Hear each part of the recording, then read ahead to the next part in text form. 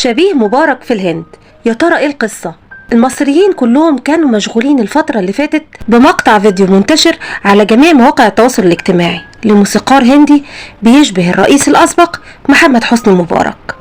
الفيديو ده لموسيقار هندي اسمه أفجيت باتشاريا، وهو عضو تحكيم في برنامج انديان ايدل.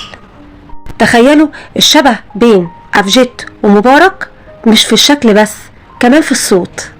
وبما ان الموضوع بقى ترند، فالمنشورات والنكت كمان وصلت للموسيقار في الهند، فنشر على حسابه الشخصي صور له وصور للرئيس مبارك وكتب عليها انا ترند في مصر. يعتبر أفجيت من مشاهير الهند لانه غنى في افلام كتير جدا من افلام بوليوود، وغنى في اكتر من فيلم من افلام شاروخان. ايه رأيكم؟ ما مدى الشبه ما بين أفجيت ومبارك؟